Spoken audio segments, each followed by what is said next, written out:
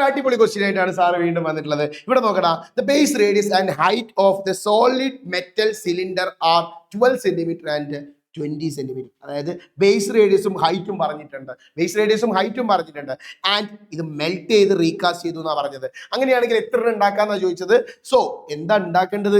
കോണാണ് ഉണ്ടാക്കേണ്ടത്. അത് 4 സെന്റിമീറ്റർ റേഡിയസും 5 സെന്റിമീറ്റർ ഹൈറ്റുമുള്ള കോണാണ് ഉണ്ടാക്കേണ്ടത്. എന്നാൽ അവിടെ ശ്രദ്ധിച്ചേ, റേഡിയസ് 12 ആണ്, സിലിണ്ടറിന്റെ ഹൈറ്റ് എന്ന് പറയുന്നത് 20 ആണ്, കോണിന്റെ 4ഉം 5ഉം ആണ്. അതൊക്കെ ഡീറ്റെയിൽ ആയിട്ട് നമ്മൾ ബോക്സ് ആക്കി എഴുതി വെച്ചിരിക്കുന്നു. അങ്ങനെയാണെങ്കിൽ number is equal to, equation പറഞ്ഞെന്താ, V1/V2. പറയടാ, നമ്പർ ഈസ് ഈക്വൽ ടു ഒന്നാമത്തെ വോളിയം കണ്ടുപിടിക്കാനുള്ള equation pi r square h. രണ്ടാമത്തെ കോണിന്റെ വോളിയം കണ്ടുപിടിക്കാനോ 1/3 പൈ ആർ സ്ക്വയർ എച്ച്. അപ്പൊ നമ്പർ ഈസ് ഈക്വൽ ടു എന്തായിരിക്കും പറഞ്ഞ്, പൈ ഇൻറ്റു ഒന്നാമത്തെ റേഡിയസ് ആരാ 12 ഇൻറ്റു 12 ഇൻറ്റു ഹൈറ്റ് ആരാ, ഒന്നാമത്തെ ഹൈറ്റ് 20 ആണ്. യെസ്, കഴിഞ്ഞോ? ഇല്ല, അടിയിൽ 1/3. ഈ /3 എവിടേക്ക് വരും? മുകളിലോട്ട് വരും, ഇൻറ്റു 3. കുഴപ്പമില്ലല്ലോ.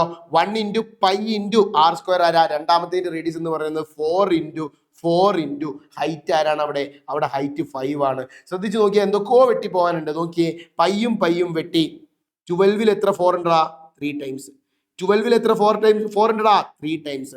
20 എത്ര 5 ഉണ്ടടാ? That is 4 times. അപ്പൊ ബാക്കി എന്തൊക്കെ ഉള്ളത്? Number is equal to 3 into 3 into 4 ഇതാ ഇവിടെ ഒരു 3 കൂടി ഉണ്ട് കേട്ടോ, ഇൻറ്റു 3. ഇതെല്ലാം കൂടി മൾട്ടിപ്ലൈ ചെയ്താൽ നമുക്ക് ആൻസർ കിട്ടും 108 എന്ന്. ഓക്കെ അല്ലേ?